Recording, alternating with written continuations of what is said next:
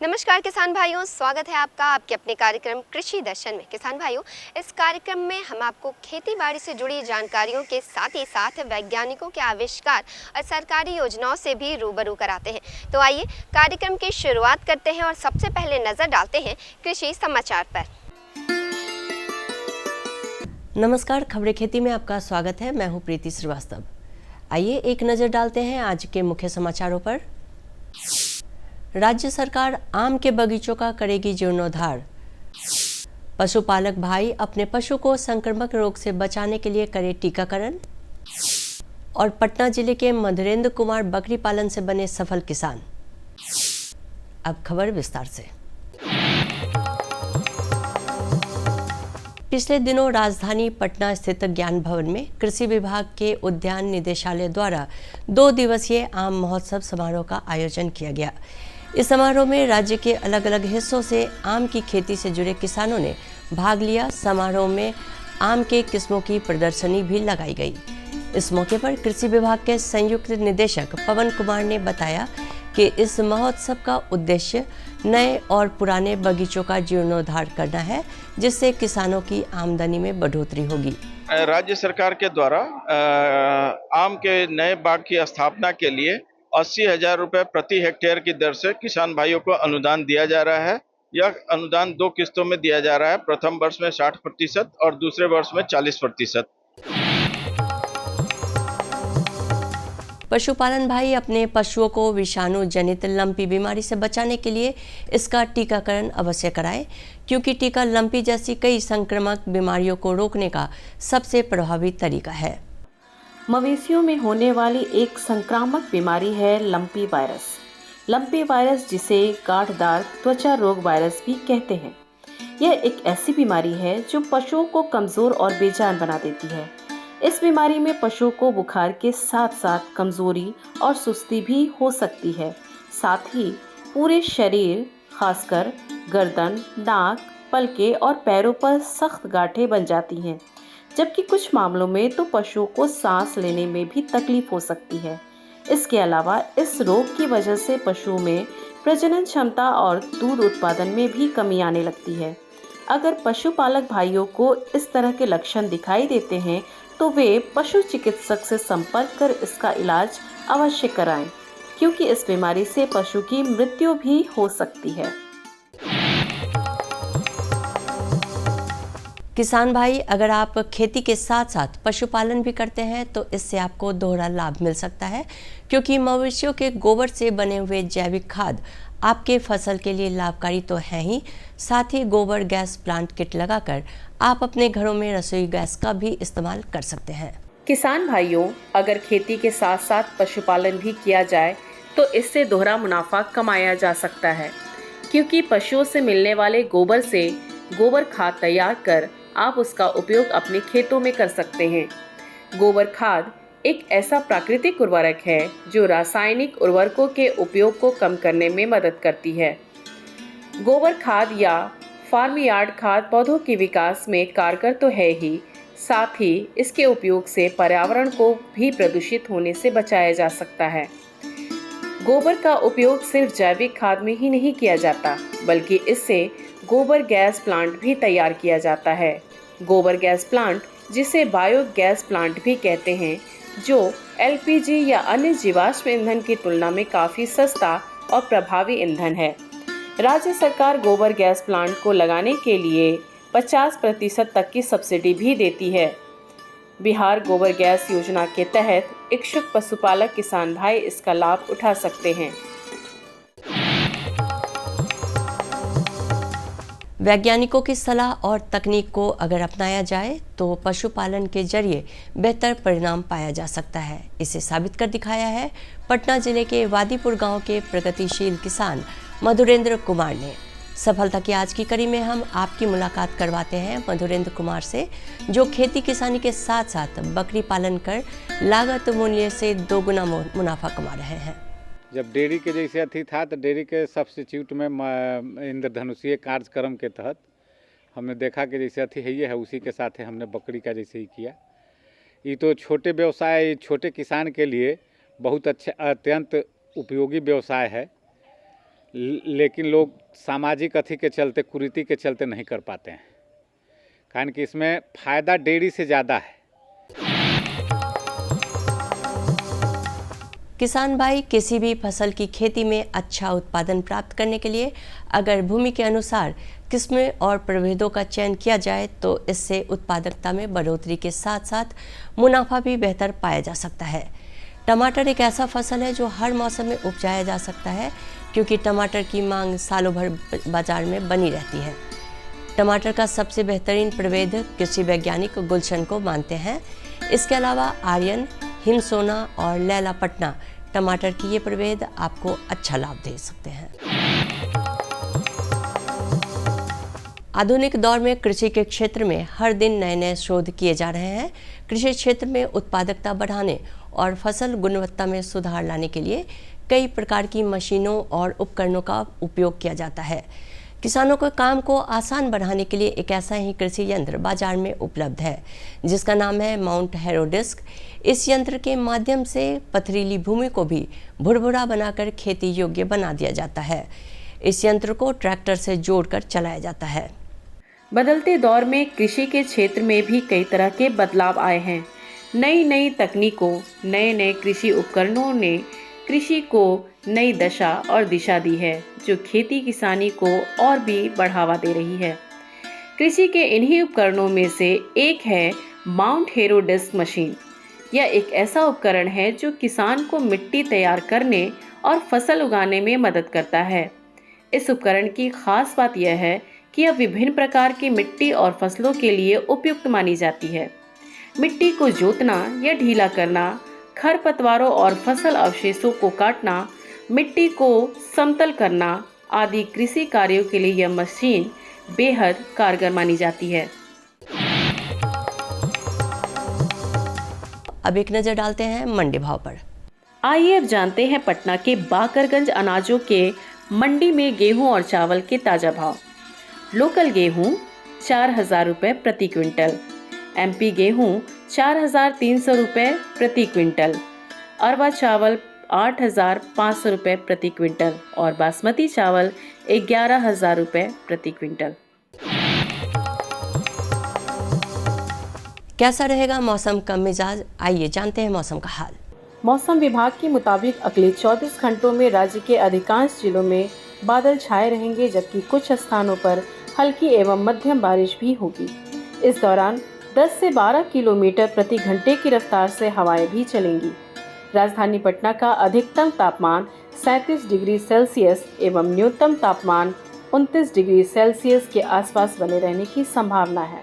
तो किसान भाइयों, अभी आपने देखा कृषि समाचार और जाना कृषि से जुड़ी तमाम नई बातें, साथ ही साथ सफलता की नई कहानी और मंडी भाव भी जाना।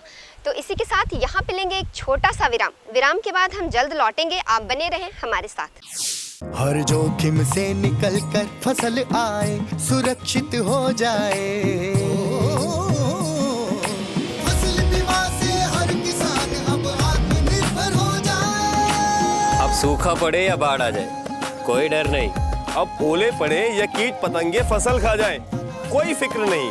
अब कैसी भी आपदा हमारी फसल पे आ जाए, क्षति होने पर हमारे दावों का उचित भुगतान मिलता है, क्योंकि हमने लिया है प्रधानमंत्री फसल बीमा। बुआई से फसल कटाई तक हर जोखिम का दावा, न्यूनतम प्रीमियम पर अधिकतम भुगतान का वादा। योजना से हर साल जुड़ रहे हैं 5 करोड़ से ज्यादा किसान। अब आपकी है बारी। नजदीकी कृषि कार्यालय, सहकारी समिति, बैंक शाखा, अधिकृत बीमा कंपनी या जन सेवा केंद्र में स्वेच्छा से करा सकते हैं पंजीकरण। फसल बीमा पोर्टल या फसल बीमा ऐप द्वारा भी किया जा सकता है पंजीकरण। प्रधानमंत्री फसल बीमा योजना, आपकी फसलों का संपूर्ण सुरक्षा कवच। कृषि एवं किसान कल्याण मंत्रालय, भारत सरकार। अरे भाई, सुना नहीं क्या? केसीसी ने किसानों का जिंदगी बदल दिया है। देश के छोटे किसान 1,60,000 रुपये तक का कर्ज बिना किसी गारंटी को ले पाएंगे। ब्याज खोरों से भी पीछा छुटा। मैं तो जैविक खेती का पूरा सामान मंगा लिया, केसीसी का भी कोई दबाव नहीं है। ब्याज चुकाने के लिए पूरा 1 साल मिलता है। समय पर भुगतान करने पर केवल 4% के सालाना ब्याज पे लोन मिल गया मुझे। अपना आधार कार्ड, लेटेस्ट फोटो और जमीन के कागजात लेके अप्लाई करो बस। और नामांकन भरने के लिए जेब भी ढीली नहीं करनी पड़ी।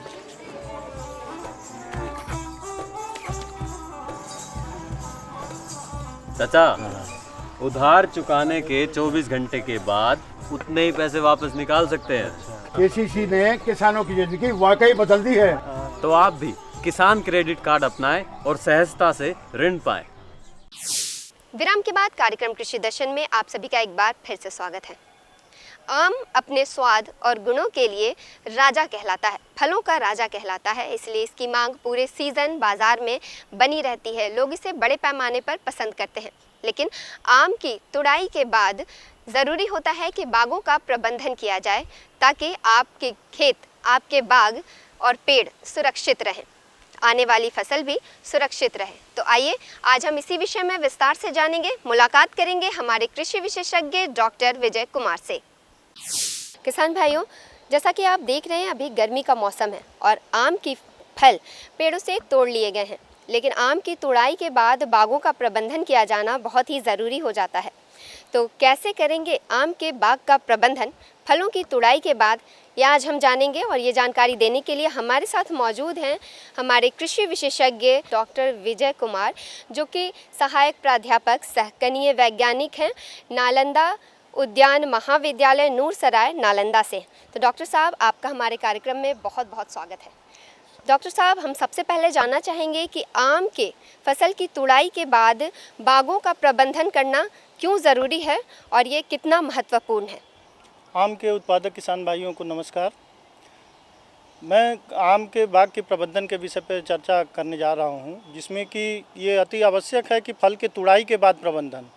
इसलिए कि प्रायः होता क्या है कि ज़्यादातर जो किसान भाई हैं फल की तुड़ाई करने के बाद वो घर में बैठ जाते हैं और बाग की जो है रख रखाव नहीं करते हैं, और अगले साल जब फलन का समय होता है तो उच्च गुणवत्ता के जो है अच्छे फल नहीं आते हैं, और या तो कई बार जो है एकांकरण में जो है एक वर्षीय फलन में चला जाता है, एक साल आता है दूसरे साल फल नहीं आता है। तो जैसे ही फल की तुड़ाई हम लोग कर लेते हैं, अभी फल की तुड़ाई चल रही है, जो जुलाई के प्रथम सप्ताह तक लगभग सारे आम जो है खेतों से तोड़ लिए जाते हैं। उसके बाद जो है इसका प्रबंधन आवश्यक हो जाता है, इसलिए कि जब हम बहुत ज़्यादा फल की तुड़ाई करते हैं तो पौधे जो है पूरा पोषक तत्वों का प्रयोग फल को बनाने में और उत्पादन में ख़त्म कर देते हैं। तो उनको पुनः पोषक तत्व देने की ज़रूरत होगी और समय समय पर बाग में कटाई छटाई करने की आवश्यकता होगी, सिंचाई करने की ज़रूरत होगी, खरपतवार नियंत्रण करने की ज़रूरत होगी, साथ ही साथ कीट और रोग एवं व्याधियों का नियंत्रण भी करना आवश्यक हो जाता है। तो डॉक्टर साहब, आपने बताया है कि आम के बागों का प्रबंधन करना क्यों ज़रूरी है। ये तो हुई कि ज़रूरत क्यों है इसकी बात, लेकिन अब हम जानेंगे कि क्या बागों का प्रबंधन के दौरान कटाई छटाई करना ज़रूरी होता है और ये कब किया जाता है। बहुत अच्छा प्रश्न है। आम जो है सदाबहार वृक्ष है, फल वृक्ष है। इसमें बहुत ही अनियमित और असमय कटाई जो है बहुत नुकसानदायक होता है, जिससे कि बाग जो है एकांतरण फलन में चला जाता है। और इसलिए जो है आम के बाग में कटाई का जो उपयुक्त समय होता है फल के तुड़ाई के बाद ही, जुलाई अगस्त के महीने में, आवश्यकता अनुसार जो बीमारी से ग्रस्त शाखा हो या एक दूसरे के ऊपर चढ़ी हुई हो, सूखा शाखा हो, इस तरह के शाखाओं को हम काट के अलग कर देते हैं, जिससे कि बाग के पेड़ के बीच में जो है अच्छे से सूर्य की रोशनी और हवा का आवागमन हो सके। और अधिक कटाई छटाई इसमें जो है नहीं करने की आवश्यकता है। अक्टूबर से लेके फल बनने तक तो बिल्कुल ही किसी तरह की कटाई छटाई करने की आवश्यकता नहीं होती है। साथ ही जो नवस्थापित बाग हैं उसमें जो है आप छत्तर प्रबंधन के लिए शुरू के 2-3 वर्षों तक जो है उसमें कटाई छटाई करके छतरी नुमा ढांचा का जो है निर्माण करते हैं, जिसमें कि 1 मीटर के ऊपर जो है 3-4 शाखाओं को ये प्रति वृक्ष जो है हम रखते हैं, बाकी को काटते रहते हैं, जिससे कि आगे जाके इस पर अच्छी फलन हो सके। आम के बागों में कटाई छटाई के बाद उर्वरक कौन कौन सा डालें और उससे क्या लाभ मिल सकते हैं हमारे आम के पेड़ों को। किसान भाई जब बाग में कटाई छटाई कर लेते हैं उस समय जो है उसके बाद कॉपर ऑक्सीक्लोराइड का या बोर्डो मिक्सचर का पेस्ट कटे हुए भाग पर लगाना चाहिए, जिससे कि रोग जनित बीमारियों को रोका जा सके। और उसके बाद जो है बाग में सबसे ज़्यादा आवश्यकता होती है पोषक तत्व प्रबंधन की, जिसमें कि आम के लिए जो प्रौढ़ वृक्ष है उसके लिए 100 किलोग्राम सड़ी हुई गोबर की खाद, 1000 ग्राम नाइट्रोजन, 750 ग्राम फास्फोरस और 1000 ग्राम पोटेशियम प्रति वर्ष प्रति वृक्ष डालने की आवश्यकता होती है। चूँकि हमारे यहाँ बिहार में बरसात ज़्यादा होती है, इसलिए हम खाद की जो है 3 हिस्सा जो है संपूर्ण गोबर की खाद और नाइट्रोजन, फास्फोरस, पोटेशियम का 3 हिस्सा जो है हम जुलाई अगस्त के महीने में पेड़ में देते हैं और शेष बचे हुए फलों को मंजर पर जब फल दाने के आकार के सेट हो जाते हैं उस दौरान हम बाग में देते हैं। ये संस्तुत खाद की मात्रा को जो है पेड़ के छत्रक के फैलाव के भीतर जो है तना से 1 मीटर की दूरी पर वलय या रिंग बना करके उसमें जो है जहाँ पे पोषक जड़ें ज़्यादा होती हैं वहाँ पे जो है इस खाद को मिला दिया जाता है। अगर लंबे समय तक बरसात नहीं होती है तो खाद देने के बाद पानी अवश्य रूप से देना चाहिए। इसी तरह से जो नवस्थापित बाग हैं उसमें जो है 1 वर्ष के जो बाग होता है उसके लिए जो पोषक तत्व होता है वो 100 ग्राम नाइट्रोजन, 75 ग्राम फास्फोरस और 100 ग्राम पोटेशियम और 10 केजी गोबर की खाद जो है प्रति वर्ष जो है प्रति वृक्ष देते हैं पहले साल में, और हर साल इसको डबल करते जाते हैं और 10वें साल पे जो है ये जो फिक्स होता है वो 1000 ग्राम नाइट्रोजन और 750 ग्राम फास्फोरस और 1000 ग्राम पोटेशियम, और जिसको कि हमको लगातार बाग में देते रहना है, और साथ ही साथ 100 किलोग्राम गोबर की सड़ी हुई खाद। तो डॉक्टर साहब, हम बात कर रहे हैं कि आम के बागों में प्रबंधन कैसे करें, और जहां प्रबंधन की बात आती है तो मेरा ख्याल है कि कीटों का प्रबंधन भी बहुत ही महत्वपूर्ण हो जाता है, क्योंकि कीट हमारे पेड़ों को न सिर्फ पेड़ों को क्षति पहुंचाते हैं बल्कि आने वाले फलों को भी वो क्षति पहुंचाते हैं और फल हमारे ख़राब हो सकते हैं। तो हम जानना चाहेंगे कि आम के बाग में लगने वाले कीट कौन कौन से हैं और उनसे उत्पन्न होने वाले रोग कौन कौन से हैं, एवं किसान भाई उनका प्रबंधन कैसे करें। आम के बाग में जो है कीट और बीमारियों का नियंत्रण करना भी अति आवश्यक है, इसलिए कि जब पौधा स्वस्थ नहीं होगा तो उस पर जो है अच्छी तरह से मंजर नहीं आएंगे और फल का निर्माण नहीं होता है। तो इस क्रम में हम देखते हैं कि आम के बाग में जो है कीट, कई तरह के कीटों का प्रकोप होता है, जिसमें प्रमुख रूप से मधुआ कीट है जिसको बुनबुनिया कीट बोलते हैं। ये जो है बाग में पत्तियों का रस को, डंठलों के रसों को चूसता है, और अगर मंजर के समय है तो मंजर पे भी ये रस को चूसता है, और पत्तियों पे जो है ये एक मधु का जैसा स्राव छोड़ता है, जिसकी वजह से बाद में इस पे सूटी तो मोल्ड जैसा फंगस है जो काला फफूंद नाम से जानते हैं, वो इस पे ग्रो कर जाता है, जिसकी वजह से पत्तियाँ और फल जो है काले रंग के, गहरे काले रंग के दिखाई देते हैं। तो इस कीट को नियंत्रण करना अति आवश्यक है। इसके लिए जो है मोनोसील 1 ml प्रति लीटर दवा का छिड़काव जो है, और उसके बाद 15 दिन के अंतराल पे जो है मोनोक्रोटोफास 1 ml प्रति लीटर दवा का छिड़काव करके इसको नियंत्रित किया जा सकता है। साथ ही साथ सबसे हानिकारक कीट जो है बाग में जो है वो दहिया कीट है, जो कि प्रायः ये मिट्टी में जो है इसके साइकिल जो है, जीवन साइकिल जो है मिट्टी में पूरा होता है, और बाद में ये इसके जो लार्वा हैं और इसके वयस्क ये पेड़ों पे चढ़ते हैं और वहाँ पर नुकसान करते हैं। इसके लिए बाग की पहले से साफ़ सफाई कर देना है, खरपतवार मुक्त करके बाग की गुड़ाई कर दीजिए आप पेड़ों के पास। वहाँ पे 250 ग्राम क्लोरोपायरिफास नामक जो है कीटनाशी है, इसका जो है मिट्टी में आप भुरकाव कर लीजिए। इसके बाद भी अगर दिखता है कि ये कीट जो है तने पर चढ़ते हुए दिखाई दे रहा है तो आप दिसंबर के माह में जो है 20 सेंटीमीटर और चौड़ी पॉलीथीन की जो है पट्टी जो है पेड़ के ऊपर बांधते हैं, जिससे वजह से जो कीट चढ़ने वाला होता है उस पर रुक जाता है, और ग्रीस का भी लेप करते हैं जिससे वो चिपक जाता है। और पेड़ पे जाने के बाद उसमें हम 1 से 2 कीटनाशियों का छिड़काव 15-15 दिन के अंतराल पे करने की आवश्यकता पड़ती है। तो किसान भाइयों, आज आपने आम फसल की तुड़ाई के बाद बागों का प्रबंधन कैसे करें इसकी संपूर्ण जानकारी ली। हमारे साथ मौजूद डॉक्टर साहब ने आपको बताया कि ये क्यों ज़रूरी है, साथ ही साथ बागों की छटाई कैसे करें, उनमें उर्वरक प्रबंधन कैसे करें, सिंचाई कितना महत्वपूर्ण है, और साथ ही साथ लगने वाले कीटों और रोगों के विषय में भी विस्तार से बताया। डॉक्टर साहब, हम जानना चाहेंगे कि क्या किसानों के लिए आपके पास कोई संदेश है? किसान भाइयों से यही कहना है कि आप जो है बाग को में जो है खरपतवार प्रबंधन करें, उर्वरक का प्रबंधन इस समय अवश्य करें जुलाई अगस्त में, और सिंचाई जो है आम के बाग में नहीं देना चाहिए। नवंबर से लेकर फरवरी के बीच में सिंचाई नहीं करनी चाहिए, और जब फूल आते हैं, जब मंजर आता है, उस समय किसी तरह के कीटनाशी का छिड़काव नहीं करना चाहिए। इससे जो है परागण करने वाले जो कीट हैं वो मर जाते हैं, जिसमें फलन में काफ़ी कमी आती है। तो ये बेहतर होगा कि जो है जब मंजर आने का जो समय होता है उससे पहले जो है बाग को पूरी तरह से कीट और बीमारियों से मुक्त कर लिया जाए। तो डॉक्टर साहब, आपने हमारे किसानों को बहुत अच्छी जानकारी दी। आपका हमारे कार्यक्रम में आने के लिए धन्यवाद। तो किसान भाइयों, अभी आपने विस्तार से जाना कि आम फसल की तुड़ाई के बाद बागों का प्रबंधन कैसे करें। इसी के साथ बढ़ेंगे कार्यक्रम के अगले भाग में। अगले भाग में हम नज़र डालेंगे भारत सरकार की कृषि योजना पर। तो आइए देखते हैं भारत सरकार की कृषि योजना पर आधारित ये शॉर्ट वीडियो फिल्म। मधु क्रांति, एक नए युग का आगाज। मधु क्रांति विकास के नए रास्ते खोल रही है, मधुमक्खी पालकों के जीवन स्तर को बेहतर बना रही है, साथ ही पूरी दुनिया में शहद के क्षेत्र में भारत को एक नई पहचान दिला रही है। भारत सरकार मधुमक्खी पालकों की आय को बढ़ाने और उन्हें आत्मनिर्भर बनाने के उद्देश्य से देश में मधुमक्खी पालन के संवर्धन और विकास के लिए सभी आवश्यक सहायता प्रदान कर रही है। माननीय प्रधानमंत्री के दूरदर्शी नेतृत्व में कृषि सहित मधुमक्खी पालन को बढ़ावा देने के लिए अनेक कदम उठाए गए हैं। किसान तरक्की की राह पर आगे बढ़ रहे हैं। अगर कोई सक्सेस स्टोरी मीठी मुस्कान भी बिखेरे और स्वाद में भी मिठास भरे, तब तो आप इसे जरूर सोने पर सुहागा कहेंगे। हमारे किसान इन दिनों शहद के उत्पादन में ऐसा ही कमाल कर रहे हैं। शहद की मिठास हमारे किसानों का जीवन भी बदल रही है, उनकी आय भी बढ़ा रही है।